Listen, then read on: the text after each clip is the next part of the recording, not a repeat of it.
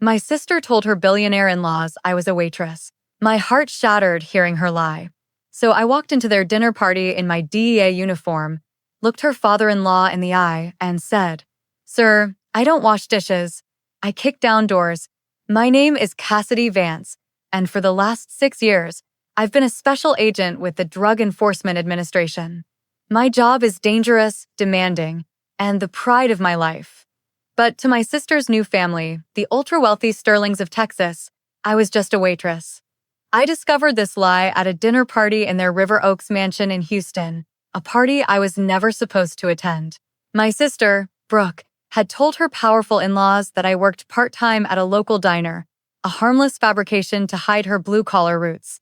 She didn't know I was about to walk into that party covered in the dust and adrenaline of a high-risk drug bust that had just made the 6 o'clock news. The look on her face when I walked in wearing my DEA raid jacket was something I will never forget.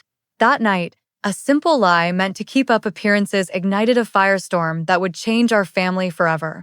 If you've ever felt like you had to hide a part of yourself to be accepted by family, hit that like button so I know I'm not the only one who's been there. Brooke and I grew up in the shadow of the Houston refineries, in a small, blue-collar suburb where the air always smelled faintly of oil and hard work. Our dad was a union pipefitter who spent his life on scaffolds under the Texas sun, and our mom worked the night shift as a nurse at Ben Taub Hospital. They were tough, proud people who taught us 2 core values. You don't lie, and you're never ashamed of honest work. But Brooke and I interpreted those lessons differently. I saw dignity in their struggle and was determined to find a career of service, a way to protect the same kinds of hardworking communities we came from. Brooke saw only what we lacked. She spent her high school years meticulously studying the lives of the wealthy girls from neighborhoods like River Oaks, mastering their accents, their fashion, their effortless sense of entitlement. While I was at the firing range or studying for my federal exams, she was networking at charity events, seeing her beauty and charm as a currency to buy her way into a different world. We were 2 sides of the same coin, forged in the same fire, but while I embraced the grit, she was desperate to polish it away until it was unrecognizable. We loved each other, but we were heading in 2 completely different directions. If you were the one in your family who embraced your roots while a sibling tried to escape them, type your city in the comments. I want to see where all of us who stayed grounded are watching from. Brooke's golden ticket arrived in the form of Carter Sterling. He was the sole heir to the Sterling oil fortune, a dynasty that had its fingerprints all over Texas politics and industry for nearly a century. They weren't just rich, they were powerful, a family that operated in a world of private jets, sprawling ranches, and political fundraisers that shaped state policy. Brooke met him during a summer internship she fought tooth and nail to get at his father's company. Within a year, she had a diamond on her finger and a new last name. I attended their wedding at the Houston Country Club, feeling like an alien in a rented suit. The Sterlings, Harrison, and Victoria were exactly what you'd expect. Harrison was a formidable man with the quiet confidence of someone who had never been told no. Victoria was his beautifully preserved wife, a woman who treated social standing like a religion and viewed anyone outside her circle with a mixture of pity and disdain. After the wedding, Brooke's transformation was complete. She moved into the Sterling mansion, traded her car for a Range Rover, and her Houston accent softened into a transatlantic drawl. Our calls became less frequent, filled with talk of galas and trips to Europe. The sister I knew, the one who'd shared bunk beds and dreams with me in our tiny house, was gone. She had been replaced by a stranger who was terrified that someone might discover her blue-collar past. A few weeks before the dinner, Brooke called me. Her voice was unusually high-pitched, a telltale sign of her anxiety. She told me the Sterlings were hosting a small, intimate dinner for Carter's birthday on Saturday, the 24th, and they would be honored if I could come. I was surprised. In 2 years, they'd never extended a personal invitation. I agreed immediately, rearranging my on-call schedule. But a week later, I got a text from Carter himself. "Hey Cass, looking forward to seeing you at the dinner on Saturday the 17th.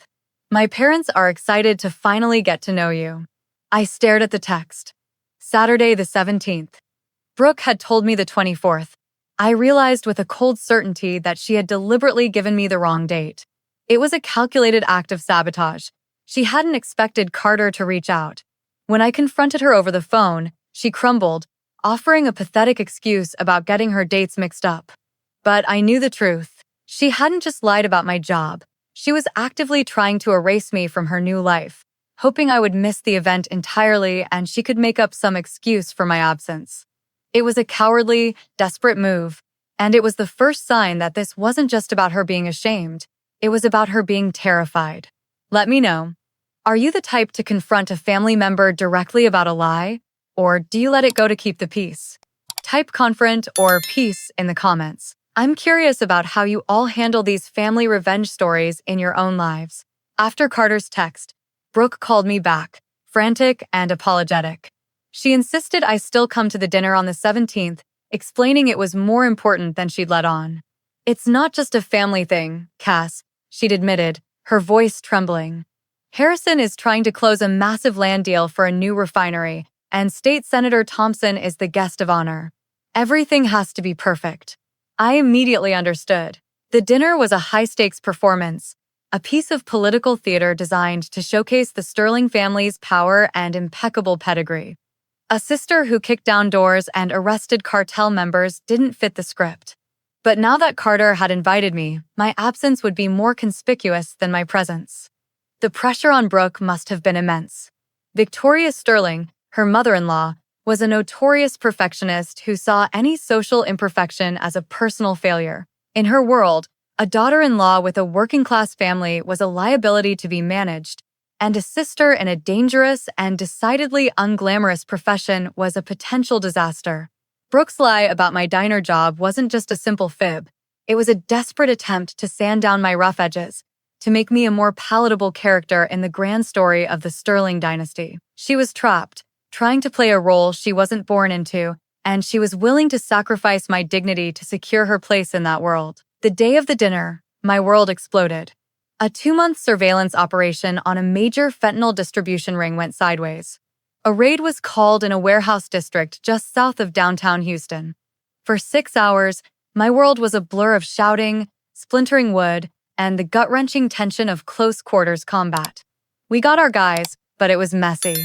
I was supposed to be off shift at 5, with plenty of time to go home and change into a respectable dress. Instead, at 7:15 p.m., I was still at the field office, covered in grime, my ears ringing, adrenaline coursing through my veins as I filed my preliminary report. The news was already breaking on local channels. My phone buzzed with frantic texts from Brooke. "Where are you? You can't be late." There was no time to go home. My choice was simple: bail on the dinner and confirm all of Brooke's fears about my unreliability, or show up as I was. I made my choice. I threw on my official DEA raid jacket over my tactical pants and shirt. It was the cleanest thing I had. I ran a hand through my messy hair, wiped the dirt from my face, and got in my car. I walked up the marble steps of the Sterling mansion at 7:45 p.m. The butler who opened the door stared, speechless. Through the grand entryway, I could see the dinner party in full-swing crystal glasses, designer dresses, and the guest of honor, Senator Thompson, laughing with my father-in-law. Then, they all turned and saw me. The laughter died. The silence was absolute. I saw my sister's face, pale with horror. I had arrived. The silence in that grand dining room was heavier than my tactical vest. All eyes were on me. Harrison Sterling, a man accustomed to being in complete control, looked utterly bewildered. His wife, Victoria, stared at my dusty boots with an expression of pure horror, as if I had dragged a swamp creature onto her antique Persian rug. It was Brooke, however, who I watched. Her face was a mask of sheer panic. Then Victoria, with the practiced poise of her class, recovered. She glided towards me. "We were so worried," she said, her voice dripping with ice. "Brooke told us you work evenings at a local diner. We were afraid you had car trouble." She delivered the line with surgical precision, a public statement meant to define me, to put me in a box her guests could understand and dismiss. Brooke, standing beside her husband, gave a weak, pathetic nod of confirmation. I felt the blood drain from my face. She was sticking with the lie. Even now, with me standing there in gear that screamed federal agent, my sister was confirming to a room full of Texas's most powerful people that I was a waitress. The insult was so profound, so absurd, it almost took my breath away. It wasn't just a lie anymore. It was a public erasure of my entire life. If you have ever been in a moment where you had to choose between calling out a loved one's lie in public or swallowing your own pride to protect them, just type what time it is where you are right now. Let's mark this moment where a choice has to be made, right here, right now. I took a slow breath, the scent of expensive perfume and roasted duck suddenly nauseating. I looked past Victoria's condescending smile, past my brother-in-law's confused expression, and directly at my sister. She wouldn't meet my eyes. That's when my decision was made. I wasn't just going to correct the record, I was going to burn the entire script she had written for me. "I think there's been a misunderstanding, Mrs. Sterling," I said, my voice cutting through the silence, clear and steady. "I don't work at a diner." I unzipped my raid jacket, revealing the bold, yellow letters D across my chest and the badge clipped to my belt. "I'm a special agent with the Drug Enforcement Administration. The reason I'm late, and dressed like this, is because my team and I just finished a 6-hour raid on a fentanyl lab in South Houston. The one you're probably seeing on the news right now." I let that hang in the air. The room was utterly still. "So, no," I continued, turning my gaze back to my sister, whose face had gone from pale to translucent. "I don't wash dishes. I kick down doors, I arrest felons, and I work to get poison off the streets of this city. That's my little diner job." The shock in the room was electric. The lie wasn't just exposed, it was annihilated, replaced by a reality far more intense and formidable than anyone in that room could have possibly imagined. The silence that followed was different. The initial shock curdled into a thick, awkward tension. Victoria Sterling looked as if she'd swallowed her pearls, and Brooke seemed to shrink, trying to disappear into the wallpaper. But then, an unexpected voice boomed from the head of the table. "A DEA agent?" State Senator Thompson, a man with a weathered face and a reputation for being a staunch conservative, put down his wine glass. "The raid down by the ship channel this afternoon? That was your team?" I nodded, still standing by the doorway. "Yes, sir, it was." He let out a low whistle, a look of genuine respect replacing his polite political smile. "Well, I'll be damned," he said, looking directly at my father-in-law. "Harrison, you've been trying to convince me for months that you're serious about investing in this city's safety, and you failed to mention you had a federal agent in the family?" He stood up and walked over to me, extending a hand. "Senator Thompson, my nephew is a state trooper down in the valley. That's real work, young lady, damn fine work." In that moment, the entire dynamic of the room shifted. Victoria's social judgment was rendered irrelevant. My father-in-law, who had seen me as a liability, now saw me as an asset. The lie Brooke had told to make me seem small and palatable had backfired in the most spectacular way possible. I hadn't just earned their attention, I had unknowingly commanded their respect in a language they understood better than money. Power. If you have ever had a moment where your authentic self unexpectedly triumphed over someone else's prejudice, hit that subscribe button. This is a community for people who win by being exactly who they are. After the senator's endorsement, the floodgates opened. For the rest of the dinner, I was no longer an awkward outsider but the center of attention. Harrison Sterling, a shrewd operator, quickly pivoted, asking me detailed questions about cartel logistics, while the senator wanted my ground-level perspective on border security. I answered their questions, keeping my responses professional and concise. Through it all, I could feel my sister's eyes on me. She was a ghost at her own party, her attempts to steer the conversation back to safer, more civilized topics failing completely. As soon as the dessert plates were cleared, Brooke cornered me near the grand staircase, her face pale and tear-streaked. "Can we talk?" she whispered, leading me into a lavish library. The moment the heavy oak doors closed, she fell apart. "I'm so sorry, Cass," she sobbed. "I never meant for it to happen like that." I crossed my arms, the adrenaline from the raid and the dinner finally giving way to a cold, heavy exhaustion. "You didn't mean for what to happen, Brooke? For your in-laws to find out you have a sister who's a federal agent instead of a waitress?" Her apology was a torrent of panicked excuses. She spoke of the immense pressure from Victoria, the constant judgment, the fear of not measuring up. "When they asked about you, I just panicked," she cried. Diner waitress was the first harmless thing I could think of. I was so scared they'd see you as aggressive or common. I was afraid they'd think less of me. "So you threw me away," I said, the words landing like stones in the quiet room. "To protect your new life, you erased mine." "I didn't throw you away," she cried. "I was just trying to survive in their world." Before I could respond, the library door opened. It wasn't one of the guests. It was Harrison Sterling. He stood there for a moment, his imposing frame filling the doorway, an unreadable expression on his face. He looked at his weeping daughter-in-law, then at me. "Leave us, Brooke," he said, his voice calm but carrying an authority that left no room for argument. Brooke looked stunned but nodded meekly and fled the room. I was left alone with the man whose opinion my sister feared more than anything. I braced myself for a lecture, for him to scold me for disrupting his carefully planned evening. Instead, he walked over to a Globe bar, opened it, and poured 2 glasses of what looked like very expensive whiskey.